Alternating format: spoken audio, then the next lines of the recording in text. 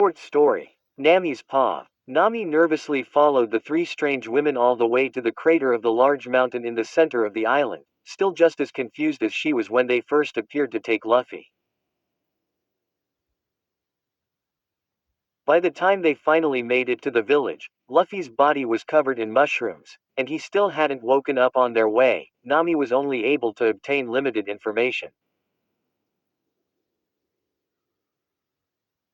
She had the three women's names: Aphalandra, the tall one; Sweet Pea, the bulky one; and Marguerite, the blonde one. They referred to themselves and their fellow inhabitants as the Kuja, and this island was known as Amazon Lily. Nami was actually quite surprised that none of them had asked her any questions, seeing as they did know anything about her or Luffy either. As they finally reached the village, Nami asked a final question: "Where are you taking my friend anyway?" Marguerite responded, "To our doctor, Belladonna. She's the doctor of the island and the only one who knows how to properly burn off the stems of the body mushrooms."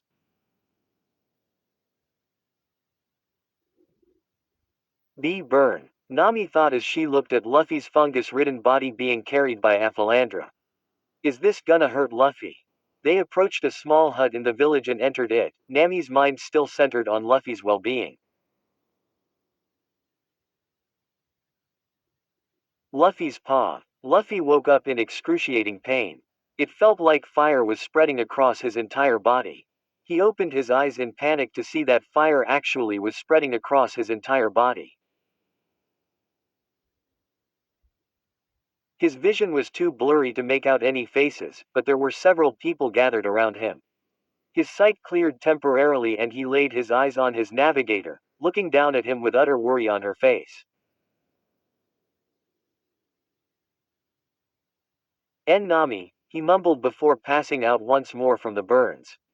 Nami's paw. Nami couldn't stop blushing as the four other women brought Luffy's now naked body out to a small body of water nearby to wash off the dead fungi.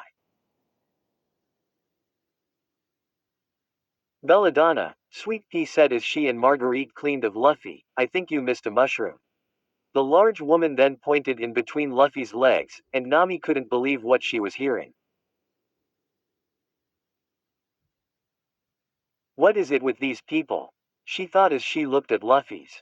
She quickly averted her gaze to see that quite a crowd had gathered around the pond, watching as Sweet Pea continued to try pulling off Luffy's mushroom.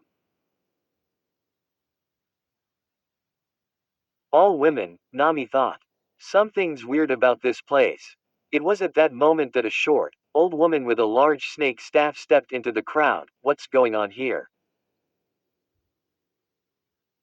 There's a mushroom on that girl over there that they can't pluck off, replied one of the spectating females. I say they just burned it off, said another. All the girls started talking at once, and Nami's mind was somersaulting in confusion. The old woman took a closer look at Luffy and her eyes widened in fear.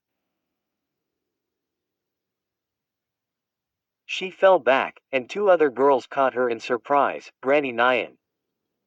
There's nothing to worry about, Granny Nyan said, eyes still wide. That person is. Everyone looked at the old woman in anticipation, and it appeared that she was having a hard time forming her words. At last, Granny Nyan exhaled deeply and spoke once more, a man. Where stories live. Discover now.